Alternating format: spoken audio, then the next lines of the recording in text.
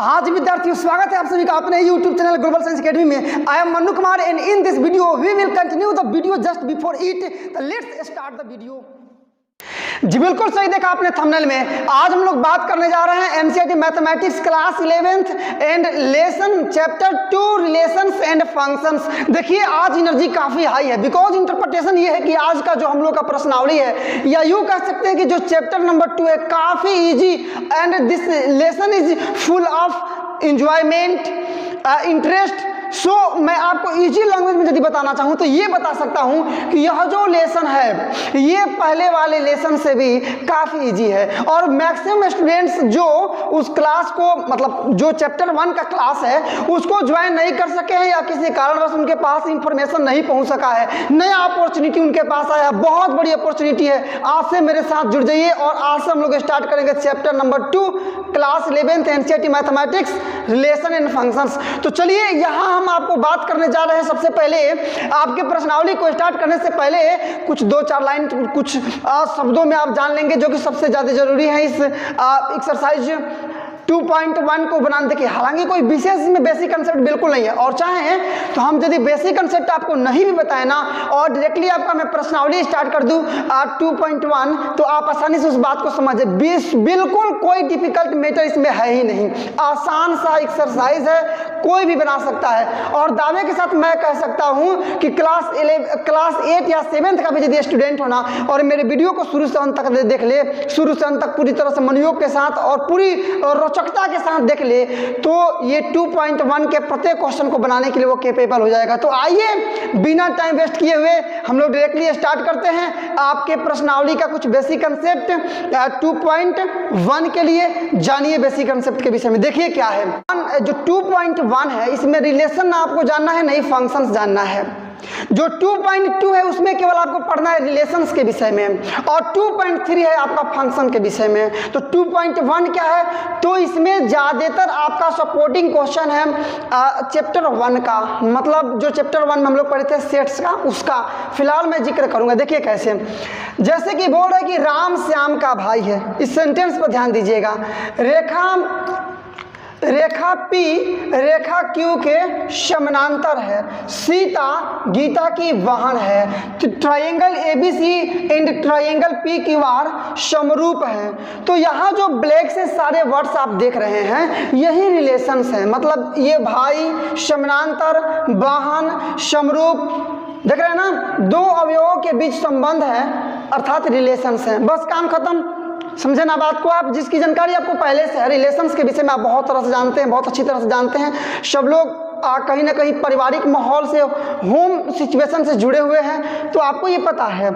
अब छोटी सी बात कुछ और जान लीजिए जिसका एप्लीकेशन आपको करना है। दो क्रमिक युग्म समान होंगे यदि और केवल यदि उनके प्रथम घटक समान हो और द्वितीय घटक समान हो। यहाँ देखिए नंबर ऑफ ए मतलब ए में अवयवों की संख्या P हो तथा नंबर ऑफ B मतलब B में अवयवों की संख्या Q हो तो A जो मल्टीप्लाई करेंगे A इंटू B उसका नंबर ऑफ आपका नहीं निकल जाएगा, केवल यहाँ पर P इंटू Q गुणा कर देंगे दोनों के अवयवों की संख्याओं से तो टोटल जो उसका मल्टीप्लीकेशन प्रोडक्ट आप निकलेंगे उसमें अवयवों की संख्या आपको पता चल जाएगी। नंबर 3 आपका यहाँ बन रहा है, यहाँ देखिए यदि A is equal to supported आपका A और B आपका वैल्यू दिया है रोस्टर फॉर्म में और B is equal to C और D है तो आप मल्टीप्लाई कीजिएगा A इंटू B मतलब A B और यहाँ C D मल्टीप्लाई करेंगे ना तो इसी देखिए ये एकदम प्रश्नावली में आपको 2.1 में पढ़ना है, बहुत बड़े पैमाने पर पढ़ना है, यही क्वेश्चन सी है। तो A का पहले C के साथ AC, A रखेंगे D के साथ मतलब AD, अब B पर चलिए B रखेंगे C के साथ BC और B रखेंगे D के साथ तो BD कंप्लीट, कोई दिक्कत नहीं है। और last number 4 A into A B C, जहाँ A B C ये तीनों क्या है तो A के एलिमेंट्स हैं और मतलब तो यहाँ A B C जो तीनों है ना एक क्रमिक त्रिक कहलाते हैं। ये था कुछ स्पेशल जानकारी जिसकी आवश्यकता थी। मैं समझता हूँ कि बहुत सारा इसमें ऐसा भी मैटर होगा जो आप समझ नहीं पाए होंगे और मैं आपको समझाना भी नहीं चाहूँगा बिल्कुल, क्योंकि बड़े पैमाने पर उसका यूज है नहीं, क्योंकि प्रैक्टिकली जब हम लोग क्वेश्चन देखेंगे ना तो वहाँ आपको ज़्यादा इसका सपोर्ट मिलेगा। मौखिक जो मैं बोलूँगा उसी से आपका काम चल जाएगा, ठीक है ना। तो चलिए स्टार्ट करते हैं प्रश्नावली 2.1। क्वेश्चन नंबर आपका 1। देखिए इस प्रश्नावली में कुल मिलाकर 10 क्वेश्चन है, लेकिन 10 क्वेश्चन नाम के लिए, क्योंकि बहुत आसान है, छोटे छोटे सॉल्यूशन है इनके। क्वेश्चन नंबर 1 आप मिला सकते हैं। यहाँ पर क्या बोल रहा है कि यदि x/3 + 1 y - 2/3 is equal to 5/3 और 1/3 हो तो x और y का वैल्यू ज्ञात कीजिए। देखिए आप लोग इसके पहले कोऑर्डिनेट ज्योमेट्री भी पढ़े हैं या फिर सेट्स आप पढ़ चुके हैं। क्या करते हैं हम लोग ना कि संगत अवयवों को बराबर, सच्चाई भी है कि संगत अवयवों को क्या करते हैं, बराबर करते हैं। संगत अवयवों को जैसे आप बराबर करेंगे आपके x और y के वैल्यू आपको पता चल जाएंगे। तो बराबर कीजिएगा, आप लिखेंगे सॉल्यूशन में डायरेक्ट लिख चुकी इतना इज इक्वल टू इतना, इसलिए पहला ये है और इधर का पहला ये ही ना है। संगत अवयवों को आपको बराबर करना है, इस चीज को आप याद रखिएगा। मतलब x/3 + 1 कीजिएगा तो उधर क्या हो जाएगा आपका 5/3 और पुनः इसी प्रकार से और कीजिएगा, यहाँ पर इसको लीजिएगा मतलब y - 2/3 तो हो जाएगा 1/3। हल कर लीजिए बारी बारी से। x/3 इज इक्वल टू ये 5/3, ये प्लस है उधर जाएगा तो माइनस, या x/3 is equal to 5 minus कर देना 3 बन जाए 3/3, ये तो खत्म हो जाएगा, मतलब क्रॉस मल्टीप्लाई भी आप कर सकते हैं। x इज इक्वल टू आप सब्ट्रैक्ट कर लेंगे तो आपको पता चलेगा कि आपका वैल्यू निकला x का 2। इसी प्रकार से यहाँ आइएगा y इज इक्वल टू, ये माइनस है ना, उधर जाके प्लस हो जाएगा ना, या y इज इक्वल टू ये 3 हो जाएगा ऊपर 2 + 1, या y इज इक्वल टू 3/3 का मतलब 1, इसलिए आपका x का वैल्यू आ गया 2 और तथा y का वैल्यू आ गया आपका 1। ये रहेंगे आपके आंसर। आप समझ सकते हैं कितने इजी क्वेश्चन है। क्वेश्चन नंबर 1 ही नहीं, क्वेश्चन नंबर 1 ही नहीं, मेरी बात को ध्यान समझिए। मैंने क्या बोला कि क्वेश्चन नंबर 1 ही नहीं बल्कि क्वेश्चन नंबर 10 का सोल्यूशन भी आप इसी तरह से निकालेंगे, बिल्कुल इजी फॉर्म में। कोई इसमें विशेष लॉन्ग लपेटी नहीं है, तामझाम नहीं, सिंपल से क्वेश्चन से और सोल्यूशन तो उससे भी आसान। आइए नंबर 2। ये क्वेश्चन नंबर आपका 2 आप समझ सकते हैं, काफी आसान क्वेश्चन आपके सामने खुल चुका है। मिला ये क्वेश्चन क्या बोल रहा है, बोल रहा है कि a में अवयवों की संख्या 3 है और b बराबर आपका है 3, 4, 5, तो a गुणे b में अवयवों की संख्या कितनी होगी। मेरी बात को ध्यान समझिए, a में अवयवों की संख्या मेरे साथ बोलिए 3 है और b बराबर है आपका 3, 4, 5, तो a गुणे b में अवयवों की संख्या कितनी होगी। आइए बैक टू द पॉइंट आते हैं, क्वेश्चन का सोल्यूशन देखिए आप। a में अवयवों की संख्या कितनी है 3, मतलब कि नंबर ऑफ a कितना हो जाएगा आपका 3। यहां समझिए b में कितने अवयव है, काउंट कीजिए ना, 1, 2, 3 है ना, या यहां भी आप निकालेंगे number of b is equal to आपका क्या आ जाएगा 3 अवयव हो गए। आप बोल रहे हैं कि a गुणे b में कितने अवयव होंगे। पहले मैं आपको जिक्र कर चुका हूं। आते हैं बैक टू द पॉइंट। देखिए यहां पर क्या है आपका, यहाँ देखिए यदि मान लीजिए कि a में p अवयव हो और b में q अवयव हो तो a गुणे b में कितने अवयव होंगे, p गुणे q। नहीं आया बात समझ में, इसलिए निकाल लीजिएगा कि a गुणे b में अवयवों की संख्या, ये ना पूछ रहा है अवयवों की संख्या, केवल मल्टीप्लाई कर दीजिए। यहाँ आपका 3 है गुणे में 3, मतलब 3 3 जा 9। इसी को चाहे तो आप ऐसे लिख सकते हैं कि नंबर ऑफ a गुणे b, जो कि ऊपर आपको दिखाई दे रहा है यहाँ फॉर्मूले में, है ना। तो ये उसका मतलब भी तो यही ना होगा कि number of a into b का मतलब a और गुणे b में अवयवों की संख्या, मतलब नंबर ऑफ a। आइए आपका क्वेश्चन नंबर अब 3 मिलाइए। क्वेश्चन आपके सामने है, बोल क्या रहा है कि यदि h आपका g इज इक्वल टू है 7,8 और h इज इक्वल टू है 5, 4, 2, तो आपको वैल्यू ज्ञात करने को है। पहला इन दोनों का मतलब g गुणे h है ना जी, और उसके बाद से h गुणे g, ये दोनों का मतलब अलग अलग है जी। जैसे फॉर एग्जांपल मैं आपको एक आपके दैनिक जीवन का एक एग्जांपल दे सकता हूँ। जैसे मान लीजिए कि एक लड़का है और उसकी माता है, तो जो औरत है वो लड़के की माता है ना, औरत की लड़के की माता है, तो क्या लड़का भी औरत की माता ही होगा? नहीं होगा ना, अपोजिट आपके रिलेशंस बन रहे हैं। मतलब अब लड़के का जो संबंध माता के साथ मतलब औरत के साथ है, वही संबंध औरत का लड़के के साथ थोड़े ना है, अपोजिट है। वो उसकी माँ है और वो उसका लड़का है। आप समझ सकते हैं इस चीज़ को। यहाँ भी आपका जब फंक्शन आप बना रहे हैं, यहाँ पर मेरी बात को ध्यान से समझिएगा, कोई लॉन्ग लपेटी में बात नहीं कर रहा हूँ, बिल्कुल सिंपल जो आपके काम लायक है और आपके यूजिबल है आपके लिए। g गुणे h निकालना है और उसके बाद से h गुणे g निकालना है। चलिए डायरेक्टली मैं आपको निकाल कर अब दिखाता हूँ, बात बहुत हुआ।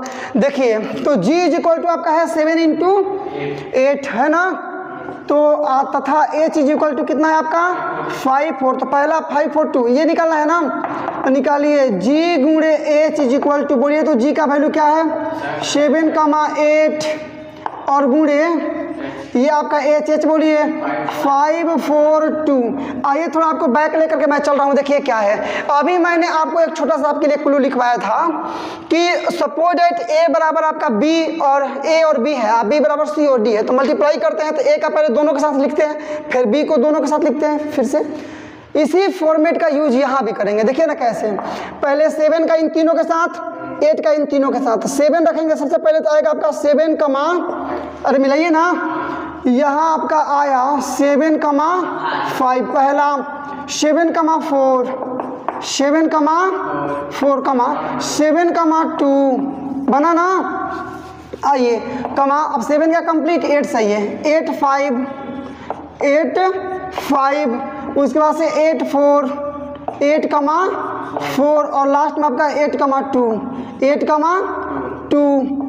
आप इसको कर देंगे रोस्टर फॉर्म में आपका पहला आंसर कंप्लीट। तो अभी आपने क्या निकाला g इंटू एच, यही ना निकाले हम लोग। एक चीज आपको और इसके बाद से ज्ञात करने हैं, वो क्या है, तो वो है h इंटू जी, इसका अपोजिट निकालिए।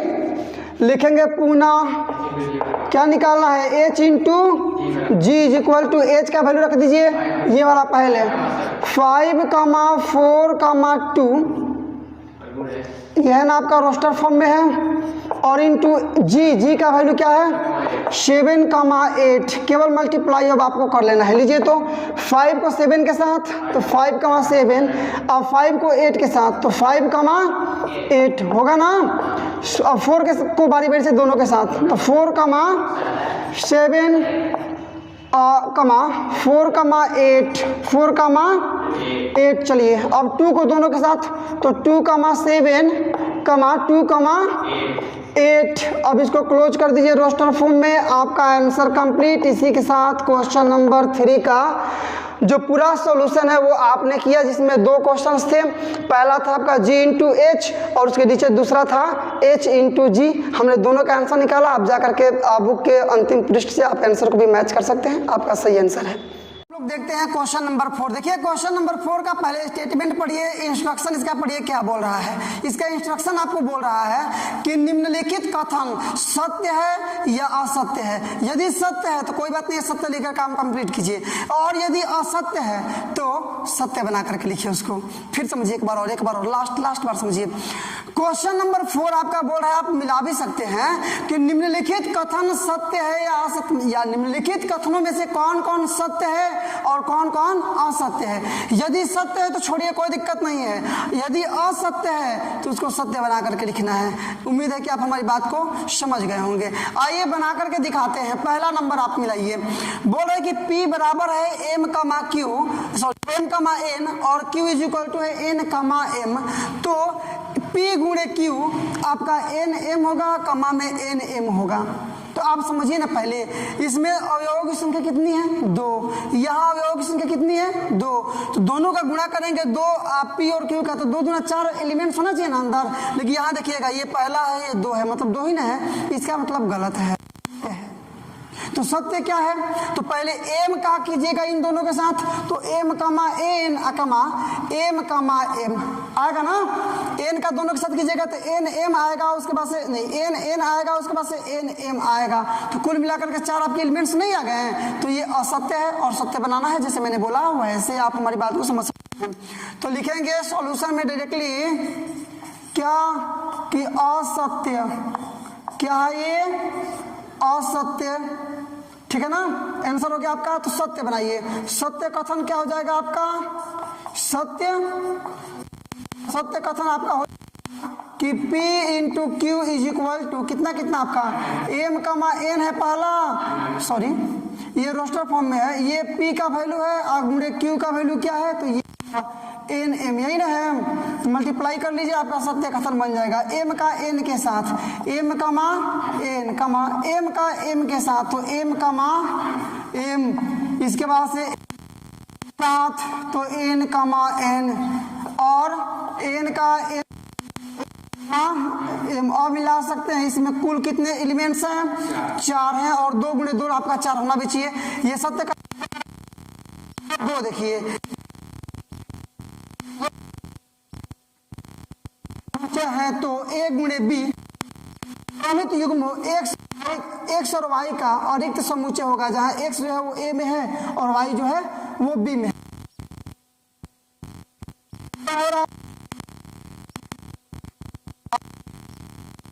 सच दैट क्या है, ये अवयव है किसका?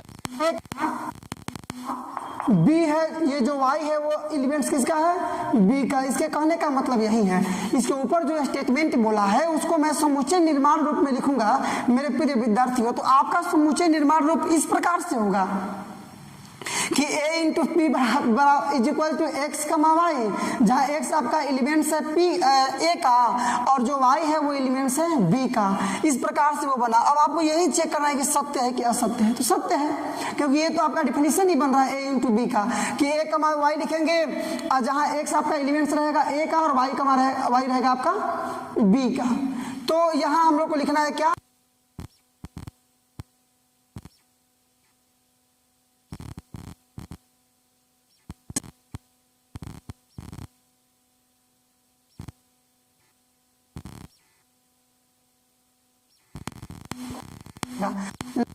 ये यहाँ पर a इज इक्वल टू आपका है 1,2 and b is equal to है 3,4।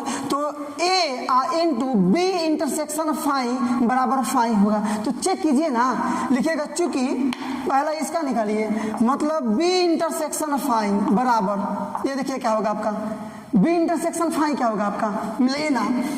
b और फाई में जो कॉमन होगा उसी को लिखिएगा।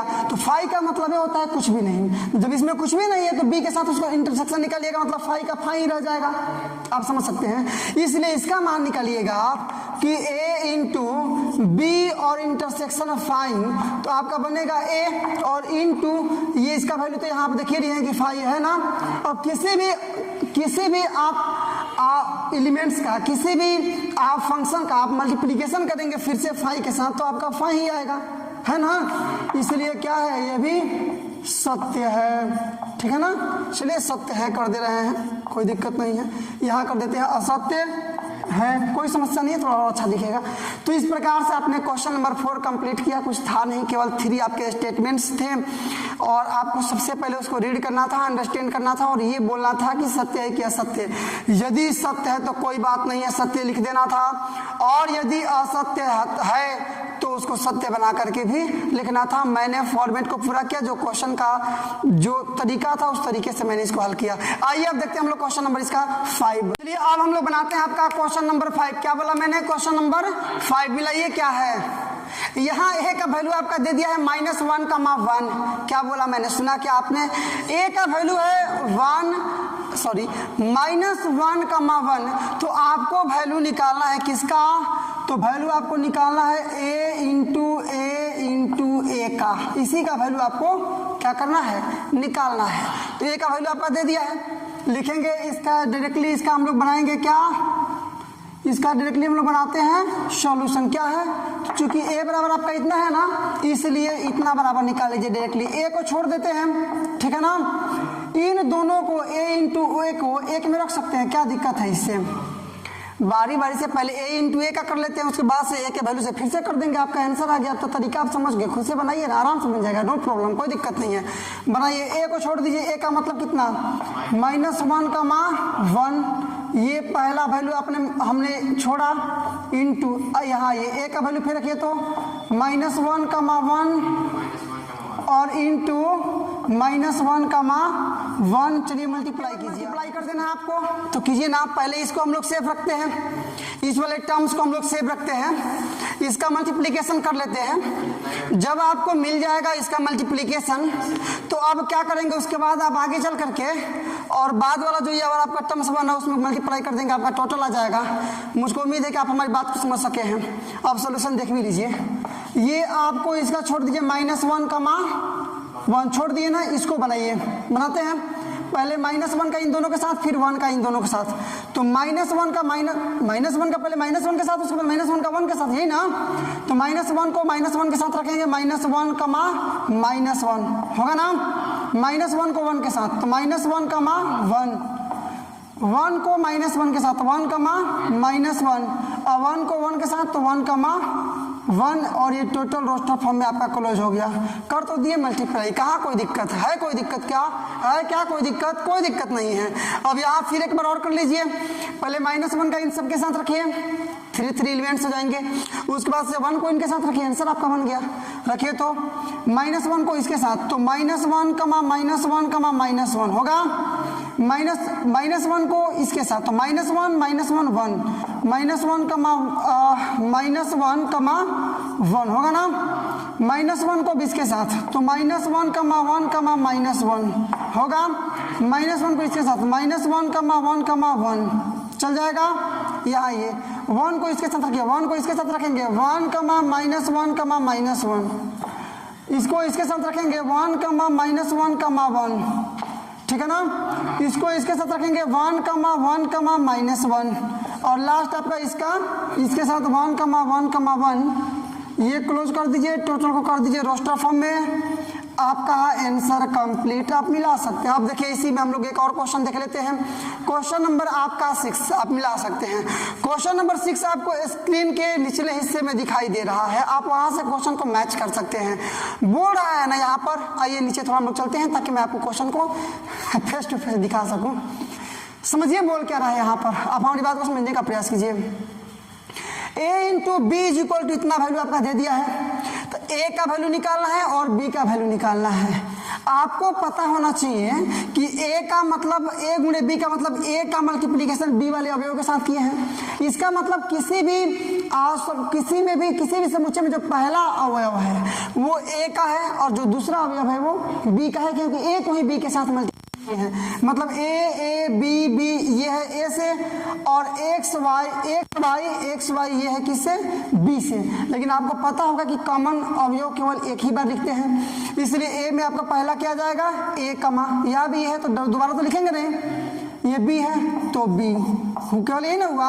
तथा b में देख लीजिए तो x है और y है। आप गुणा करके चेक भी कर सकते हैं, जब मल्टीप्लाई कीजिएगा ना a का x में a का y में, तो ax ay, b का करें b का x में b का y में, तो bx by नहीं बन जाएगा। क्वेश्चन नंबर 6 का आंसर आपने काफी आसान था। अब आप अपना क्वेश्चन नंबर 7 देखिए क्या बोल रहा है। बोल रहा है कि यदि a बराबर 1, 2 मिला सकते हैं, a is equal to 1, 2, b is equal to 1, 2, 3, 4, c is equal to 5, 6 और d इज इक्वल टू 5, 6, 7, 8, तो निम्नलिखित को साबित कीजिए। क्या करना है? दर्शाना है, साबित करना है। पहला क्या है आपका? तो a मिला लीजिएगा, a इंटू बी नहीं, a into B union C, और बराबर में गुणा कर लीजिए बारी बारी से, a गुणे b तो a गुणे b, यूनियन है तो ये सॉरी इंटरसेक्शन है ना जी, इंटरसेक्शन है तो इंटरसेक्शन, और a गुणे c तो a गुणे c। ये आपको पहला साबित करना है। और दूसरा आपको साबित करना है कि a गुणे c जो आएगा ना वह b गुणे d का उप समुच्चय है, मतलब इसमें ये है। अब बात समझ में, दोनों आपको साबित करना है। तो क्वेश्चन नंबर 1 के लिए चलेंगे तो सबसे पहले LHS निकाल लेते हैं। a into B union B intersection C पहले निकाल लेंगे, उसके बाद से RHS निकाल लेंगे आपका a गुणे बी इंटरसेक्शन a गुणे सी। यदि दोनों बराबर आएगा तो LHS बराबर RHS है, और यदि बराबर नहीं आएगा तो LHS RHS के बराबर नहीं, हालांकि आएगा क्योंकि आपको साबित करना है, प्रूव करना है, तो आएगा तभी तो साबित करना है। चलिए बनाते हैं आपको सबसे पहले LHS से। तो देखिए इसका नंबर पहला फर्स्ट, तो फर्स्ट में ले लेते हम लोग क्या? LHS, यही ना, LHS से मिला सकते हैं आप। LHS क्या है आपका यहाँ पर, मतलब a into B intersection C मिला लीजिए तो is equal to a into B intersection C में, मतलब एक ऐसा अवयव जो b में भी हो और c में भी हो। इंटरसेक्शन का मतलब यही होता है जो कॉमन हो, तो b और c में मिलाइएगा। कोई भी संख्या कॉमन है? कोई संख्या कॉमन नहीं है, इसका मतलब केवल क्या है आपका फाई को कॉस्ट में नहीं लिखते हैं, केवल सिंगल लिखते हैं, आप जानते हैं रिक्त समुच्चय है। अब ए का मल्टीप्लाई कीजिएगा फाई के साथ, मतलब किसी भी चीज़ का गुणा कीजिएगा, जैसे मान लीजिए कि 1 का गुणा करेंगे 0 के साथ 0 आता है, 10 का मल्टीप्लिकेशन करते हैं 0 के साथ 0 आता है, 20 का मल्टीप्लिकेशन करते हैं 0 के साथ 0 आता है। मतलब किसी भी संख्या का 0 के साथ आप मल्टीप्लिकेशन करते हैं तो आपका 0 ही रिजल्ट आता है।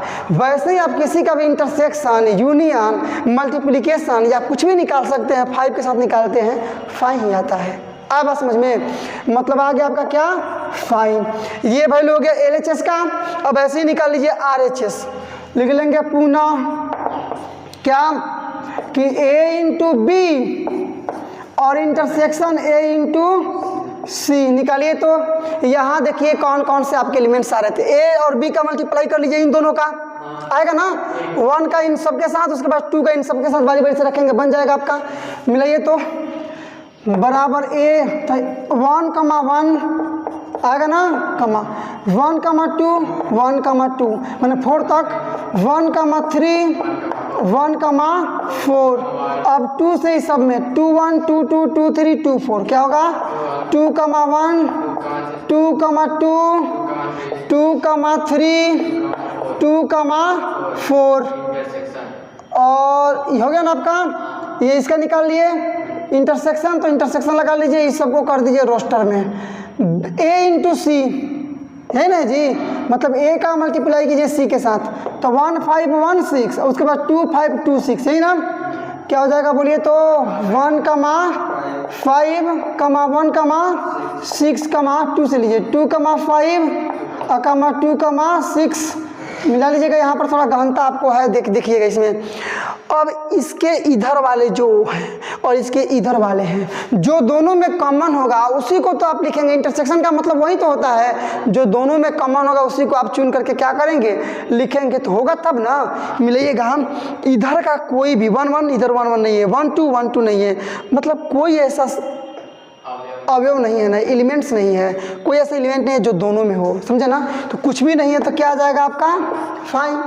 तो LHS भी आ गया 5 और RHS भी आ गया 5, तो इसलिए लिख नहीं सकते हैं कि LHS is equal to RHS। आप चाहें तो ये भी लिख सकते हैं कि ये आपका A into B intersection C is equal to A into B intersection A into C. जैसे आपको सुटेबल समझ में आए आप समझिएगा इसको। ये पहला रहा, इसी में मिला लीजिए एक और।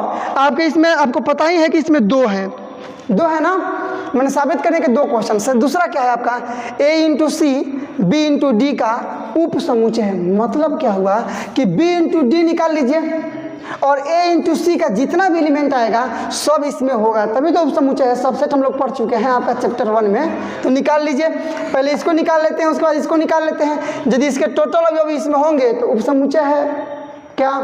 आइए तो नंबर इसका सेकेंड निकालिए। तो पहले सबसे पहले A इंटू सी, तो A का वैल्यू बोल दीजिए 1,2 है ना, इंटू सी का वैल्यू बोल दीजिए 5,6 हुआ ना। ये टोटल अंदर कर लेते हैं और मल्टीप्लाई कर लेते हैं एक ही बार में। गुणा कीजिए तो 1,5 1,6 2 से लीजिए 2,5 2,6 और ये रोस्टर फॉर्म में कीजिए। आपका किसका मान निकला A इंटू सी का। अब निकाल लेंगे B इंटू डी का, निकालेंगे ना, और B इंटू डी में ये सब आ जाना चाहिए। निकालिए तो पुनः B इंटू डी बराबर B का वैल्यू बोलिए 1 से लेकर 4 तक, 1 2 3 4 है ना, रख दीजिए अंदर। और इंटू डी का वैल्यू बोलिए 5 6 7 कम मिला लीजिएगा यहाँ पर 8। मल्टीप्लाई करना तो आप जानते हैं, पहले 1 का सबके साथ, 2 का सबके साथ, 3 के सबके साथ, 4 का सबके साथ हो जाएगा मल्टीप्लाई। तो 1 को पहले सबके साथ रखिए तो क्या आएगा 1,5 1,6 आएगा ना जी, 1,7 1,8 हो गया। अब 2 को सबके साथ 2,5 2,6 मिला लीजिएगा आप, 2,7 2,8 2 अब 2 कंप्लीट हो गया। 3 का सबके साथ 3,5 3,6, 3,7, उसके बाद से आपका यहाँ से आ जाएगा 3,8, बस 4 लीजिए, 4,1, सॉरी 4,5, 4,6, 4,7 और लास्ट आप है 4,8 मिला लीजिए। जानते हैं हम जिक्र भी कर दिए हैं अभी और पहले से भी हम लोग जानते हैं कि यदि a इंटू सी के प्रत्येक अवयव b इंटू डी में होंगे तो a into C b into D का उपसमुच्चय होगा। पहला इसमें मल्टीप्लिकेशन आप किए हैं तो पहला 1,5 आया है, 1,6 है, 2,5 है, 2,6 है, ढूंढिए इसमें 1,5 दिख रहा है, 1,6 भी है, 2,5 या ये 2,5 भी है, 2,6 भी है, तो है ना। मतलब लिखेंगे चूंकि a इंटू सी का प्रत्येक अवयव b इंटू डी में है इसलिए a into C b into D का एक उपसमुच्चय और साबित हो जाएगा आपका, ठीक है ना। इस चीज को लिख करके मैं दिखा रहा हूं यहाँ पर क्या लिखेंगे कि चूंकि a इंटू सी के सभी अवयव किसमें है तो b इंटू डी मिला लीजिएगा में है, अतः क्या हो जाएगा तो जो साबित करना था आपको, इसलिए क्या a इंटू सी किसका b इंटू डी का एक उपसमुच्चय है, एक क्या है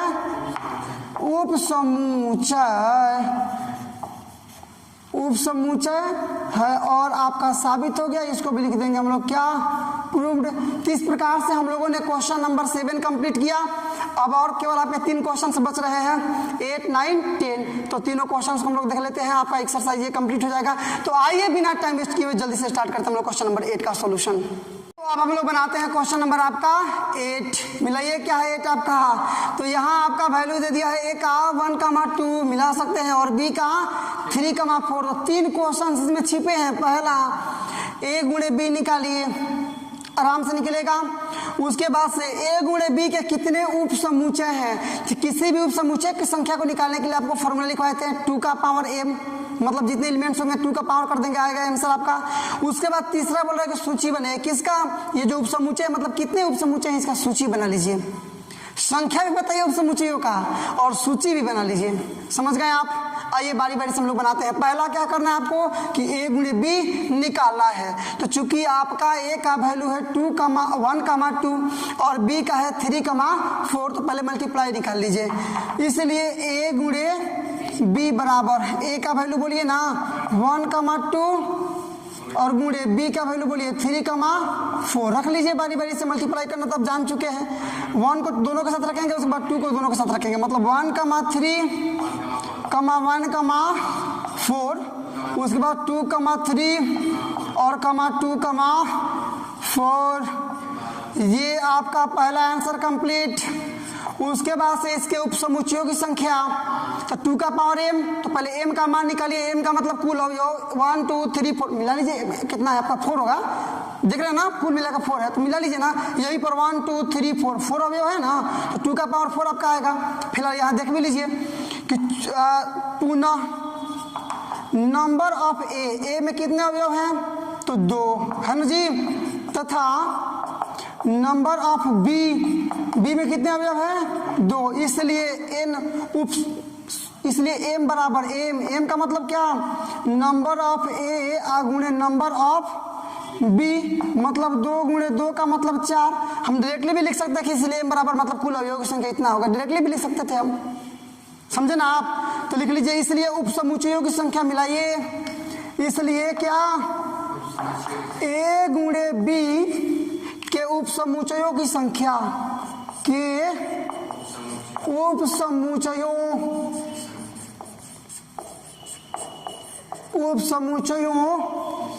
की संख्या इज इक्वल टू क्या फॉर्मूला लिखे थे हम लोग 2 का पावर m, यही ना।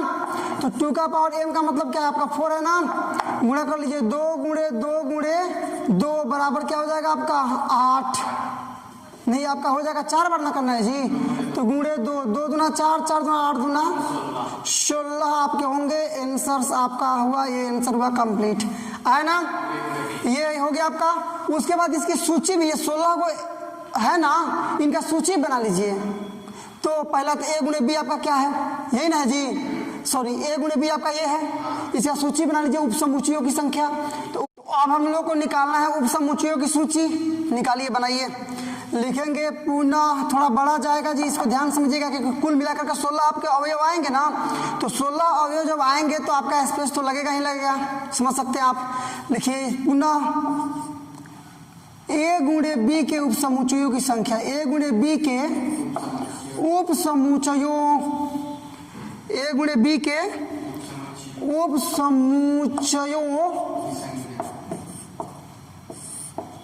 उपसमुच्चयों की संख्या बराबर पहला चीज, देखिए किसी भी समुच्चय का एक उपसमुच्चय होता है फाई, ये चीज आप जानते हैं। तो पहला आपका फाई हुआ ना, कमा, कहाँ है आपका एक गुणे बी, यही ना है। तो पहला तो सेम टू सेम रह जाएगा, मतलब 1 कमा 3 कमा, उसके बाद ये सेम टू सेम रह जाएगा 1 कमा 4। अरे उपसमुच्चय निकालना हम लोग सीखे थे पिछले चैप्टर में। उसके बाद 2 कमा 3, 2 कमा 3, उसके बाद से 2 कमा 4, ये तो सिंगल आया ना, और ये सिंगल आया। अब देखिए क्या करेंगे, अब इसको इसके साथ, इसको इसके साथ, इसको इसके साथ, इसको इसके साथ, इसको इसके साथ, इसको इसके साथ हो जाएगा।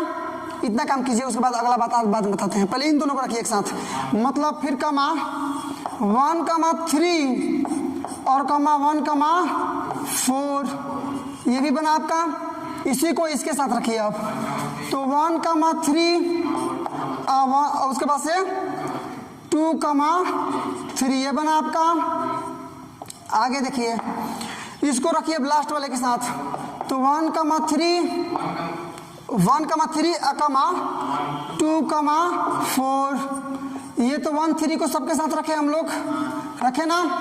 अब इसको रखिए इन दोनों के साथ बारी बारी से, यहाँ दोनों को रखेंगे बारी बारी से, ठीक है ना। यहाँ देखिए आपका ये, इसको छोटा स्मॉल कोष्ठ में रखेंगे ना, और ये ब्रैकेट को आपका क्लोज मचौला। यहाँ देखिए आप, ये आप रख लिए किसको, अब 1 3 वाला कंप्लीट, और 1 4 वाला, 1 4 को इसके साथ, 1 4 को इसके साथ, पहले इसके साथ रखिए। तो 1 4 कमा में 2 3, क्लोज कर लीजिए इसको पूरा, कमा। अब इसी को इसके साथ रखिए, तो 1 कमा 4 कमा 2 कमा 4 हो गया ना, क्लोज कर लीजिए। 1 कमा 4 को सबके साथ रख लिए। अब इसको केवल इसके साथ, मतलब 2 कमा 3 कमा 2 कमा 4, यहाँ तक आ गया समझ में। अब देखिए अब क्या करेंगे, अब इन चारों में सबको लिखेंगे केवल इसको छोड़ करके, वो भी आपका एक उपसमुच्चय बनेगा। इसके बाद चारों में केवल इसको छोड़कर बाकी 3 लिखेंगे, उसके बाद इसको छोड़कर बाकी 3 लिखेंगे, उसके बाद से इसको छोड़कर बाकी 3 लिखेंगे, तो ये भी तो आपका समुच्चय उपसमुच्चय बनेंगे ना। आइए पहले इसको छोड़ के बाकी तीनों को लिखते हैं। तो ये आपका बोलिए मेरे साथ, 1 कमा 4 कमा 2 कमा 3 कमा 2 कमा 4, और ये कर दिए क्लोज, यहाँ से इसको क्लोज हो गया ना। अब इसको छोड़ दीजिए, बाकी सब लिखिए, 1 कमा 3 कमा 2 कमा 3 कमा 2 कमा 4, ये भी आपका एक उपसमुच्चय हो गया, इसको क्लोज कर लीजिए। चलिए अब 3 वाले को छोड़ दिए, इन दोनों को लिखिए और इसको लिखिए, 1 कमा 3 कमा 1 कमा 4 कमा 2 कमा 4, ये भी आपका एक बन गया, क्लोज कर लीजिए। आइए कमा, अब इसको छोड़कर बाकी तीनों को लिखिए, क्या हो जाएगा आपका 1 कमा 3, मिला सकते हैं आप 1 कमा 4 और कमा 2 कमा 3, हो गया ना। ये 3 3 करके ले लिए।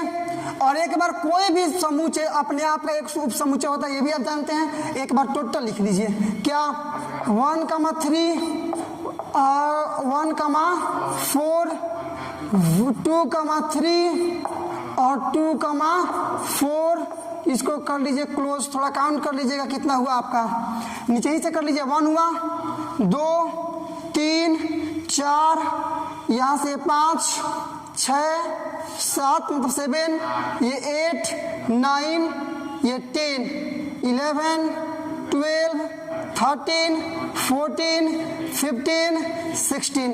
कुल उपसमुच्चय कितने निकाल लिए हम लोग? 60 मतलब 16। और उपसमुच्चयों की संख्या कितना हम लोग निकाले थे? 16 ही ना निकाले थे। तो इसके पहला क्वेश्चन आपका था कि उपसमुच्चयों की संख्या बताइए, तो 2 का पावर 4 मतलब 16 आया। उसके बाद बोल रहा है कि उपसमुच्चयों की सूची बना करके दिखाइए आप। तो मैंने सूची बनाया। कोई डेडिकेशन इसमें बिल्कुल नहीं है, थोड़ा अनुशासन चाहिए, डिसिप्लिन चाहिए लिखते समय, समझे ना? थोड़ा डिसिप्लिन चाहिए, कहाँ आपको कमा लगाना है, कहाँ स्मॉल कॉस्ट रखना है, कहाँ मझौला कॉस्ट, मतलब ये चीज़ चाहिए आपको, मीडियम कॉस्ट कहाँ लगाना है आपको। तो 1 नंबर क्वेश्चन आप कंप्लीट कर लेंगे। आसान है, आपको बिल्कुल परेशान होने की आवश्यकता नहीं है। आप एक बार ठंडे दिमाग से पूरी बात को सुन तो लीजिए, आप खुद से इसका सोल्यूशन बनाएंगे बिना देखे हुए, केवल स्टेटमेंट को मेरे द्वारा सुन लिए। तो चलिए बनाते हैं क्वेश्चन नंबर आपका 9। अब हम लोग क्वेश्चन नंबर सेकेंड लास्ट मतलब 9। यहाँ देखिए सिंपल सी बात क्या बोल रहा है, ये बोल रहा है कि ए नंबर ऑफ ए मतलब ए में अवयवों की संख्या आपके 3 एंड नंबर ऑफ बी मतलब बी में अवयवों की संख्या कितना है? 2। और आपका ए गुणे बी है x, 1 y, 2 और z, 1। तो पूछ क्या रहा है कि ए और बी ज्ञात कीजिए। ए और बी 2 उपसमुच्चय हैं तो इनको ज्ञात कीजिए, जबकि एक्स वाई जेड ये मतलब इनके अवयव हैं, भिन्न भिन्न अवयव हैं, अलग अलग अवयव हैं। आया बात समझ में? यहाँ डायरेक्टली आपको समझिए ना कि मान निकालना है ए का तथा बी का, बस और कुछ नहीं है, बहुत छोटा क्वेश्चन है। अब ध्यान समझिए, पहला ए में कितने अवयव हैं? 3। और इसमें ए का मतलब क्या? पहला वाला मान ए का है, ए गुणे बी का मतलब वही हुआ, और जो सेकेंड वाला मान है 2, 1, 1 जो भी है वो बी का वैल्यू है। तो ए के जगह पर क्या क्या दिखाई दे रहा है? एक्स वाई जेड, यही ना, मतलब एक्स वाई जेड दिखाई दे रहा है ना? आ रहा बात समझ में? लेकिन नंबर ऑफ ए मतलब ए में अवयव की संख्या कितनी है? 3। तो काउंट कीजिएगा, क्या इसमें 3 अवयव आ रहे हैं? 1, 2, 3 सही है ना? इसका मतलब ये आपका आंसर सही है। उसके बाद से बी मतलब बाद वाला, तो 1 कमा ये क्या है जी? 2 कमा ये फिर से 1। तो आपको पता है कि जो कॉमन अवयव हो तो दोबारा नहीं लिखते हैं, एक संख्या को एक ही बार लिखेंगे, मतलब इतना ही आपका रह जाएगा। क्लोज कीजिए। अब काउंट कीजिए, यहाँ पर बोल रहे हैं नंबर ऑफ बी मतलब बी में अवयव की संख्या कितनी होनी चाहिए? एलिमेंट्स की संख्या 2 होनी चाहिए। तो क्या यहाँ पर 2 अवयव आए हैं? तो ए में 3 अवयव आ गए हैं और बी में 2 अवयव आ गए, और यही आपको ज्ञात करना था। इसका मतलब कि हम लोग जो बनाए वो सही है, क्योंकि जितने अवयव बोल रहे हैं उतना हम लोग निकाल चुके हैं। तो ये हो जाएंगे आपके आंसर्स। आया बात समझ में? आया ना समझ में? बस हो गया क्वेश्चन नंबर 9 कंप्लीट। अब आइए 10 देखते हैं। चलिए अब क्वेश्चन नंबर 10 और लास्ट, आसान क्वेश्चन, ज़्यादा घुमाकर नहीं, एकदम सिंपल ढंग से आपको बताने का मैं प्रयास करूंगा और आप समझ भी जाएंगे। देखिए कैसे बोला है कि कार्तीय गुणन ए और बी में 9 अवयव है। इसका मतलब ए गुणे बी में 9 अवयव का मतलब हुआ कि ए गुणे ए में मतलब 9 अवयव है, मतलब नंबर ऑफ ए इंटू ए बराबर 9, यही ना होगा। बोल रहा है कि कार्तीय गुणन ए गुणे ए में 9 अवयव है। इसका मतलब नंबर ऑफ ए गुणे ए मतलब 9। इसमें ए गुणे ए में 2 आपके एलिमेंट्स है, -1, 0, 0, 1। तो आप ए का मान ज्ञात कीजिए। यहाँ देखकर ध्यान दीजिए, ए का वैल्यू ज्ञात कीजिए। क्या कीजिए? ए का वैल्यू ज्ञात कीजिए और फिर इसका पूरा मल्टीप्लिकेशन भी ज्ञात कीजिए। पहले केवल ए निकालिए, तो केवल ए निकालिएगा, मेरी बात को ध्यान समझिएगा, केवल ए निकालिएगा। आपको समझना क्या है कि ए गुणे ए मतलब इसमें जो भी चाहे पहला वाला अवयव हो -1, 0, चाहे बाद वाला अवयव हो 0, 1, ये दोनों ए के ही अवयव है, क्योंकि पहला वाला जो -1, 0 है वो ए का अवयव है, गुणे जो दूसरा वाला है वो दूसरे वाले समुच्चय से आता है ना, तो दूसरा वाला भी समुच्चय ए ही है, मतलब 0, 1 भी आपका ए ही में है। आप समझ में आपको? तो सबसे पहले आप ये देखिएगा कि चूंकि ये क्या दिया है कि नंबर ऑफ ए गुणे ए का मतलब कितना आपका दिया है? 9 दिया है ना। इसका मतलब ये हुआ, आप समझिए ना, जैसे मान लीजिए कि ए में 3 अवयव हैं, 3 है, ठीक है ना, और बी में भी 3 अवयव है ना, तो गुणा करते हैं ए गुणे बी तो आपका 3 3 का 9 आता है। अब वही ए दोनों में यदि ए होगा तो ए गुणे ए बराबर 3 3 का 9 आएगा। मतलब निकालिएगा आप नंबर ऑफ ए स्क्वायर, यदि आप कर लेते हैं सीधे आ जाएगा क्या आपका क्या आ जाएगा आपका, ये आपका 9 छोड़ दीजिए, होगा ना, मतलब केवल निकाल लीजिएगा नंबर ऑफ ए, तो आपका आ जाएगा केवल 3। ये बात आपको समझ में आया कि नहीं आया? अरे रूट में जाकर 9 का मतलब केवल 3, तो ए में केवल 3 अवयव है, तभी तो ए गुणे ए आपका 3 तरीका ना हुआ है। आया ना बात समझ में? आया समझ में? कोई दिक्कत नहीं है। मतलब इसको डायरेक्टली चाहे तो आप ऐसे भी कर सकते हैं और अच्छा रहेगा, ऐसे कर लेते हैं ताकि आप आसानी से समझ जाए इसको। यहाँ का स्क्वायर आ बात समझ में?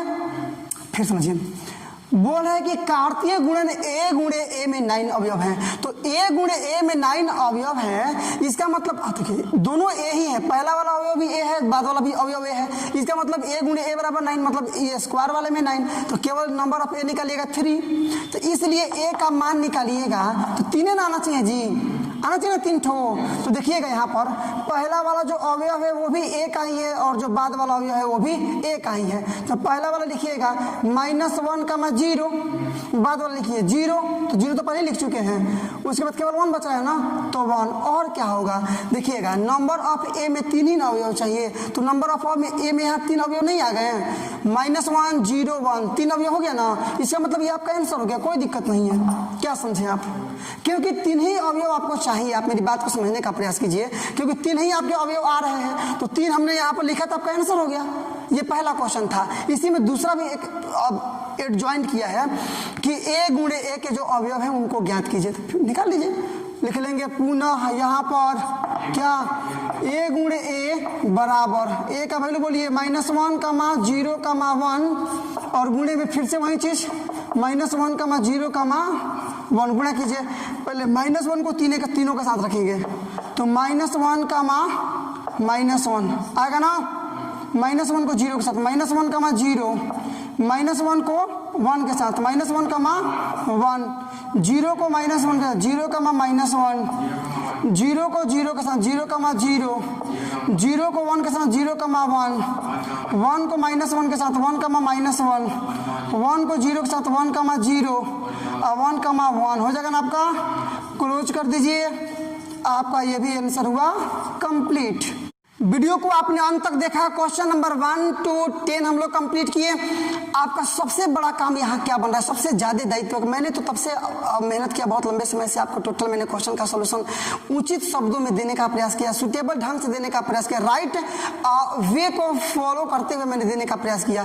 अब आपका दायित्व बनता है, मुझको आपकी रिस्पॉन्सिबिलिटी बनती है मुझको सूचित करना, इन्फॉर्म करना कि मैंने जो आपको पढ़ाया क्या आपको समझ में आया कि नहीं आया। तो कमेंट करना पड़ेगा, इसके लिए आपको सबसे ज्यादा जो चैनल सब्सक्राइब करना, शेयर करना, ये डिपेंड योरसेल्फ, लेकिन चैनल में यहाँ पर कमेंट करना सबसे ज्यादा आपको जरूरी है, क्योंकि उसी से मुझको फीडबैक मिलता है कि जो मैं काम कर रहा हूँ उससे आपको लाभ हो पा रहा है या नहीं, बेनिफिट हो रहा है या नहीं। तो यदि वीडियो को अंत तक देखा तो आपने लिखे कि हाँ मैंने वीडियो को अंत तक देखा, और यदि पूरी बात आप समझ चुके हैं, प्रत्येक क्वेश्चन का आंसर बनाने के लिए आप तैयार हैं, तो लिखिए कि मैं पूरी तरह से 100% इस प्रश्नावली को मैंने कंप्लीट किया। और यदि कोई डाउट है, मेरी बात को समझने का, मेरी मानसिकता को पढ़ने का प्रयास कीजिए, मैं क्या कहना चाहता हूं आपसे।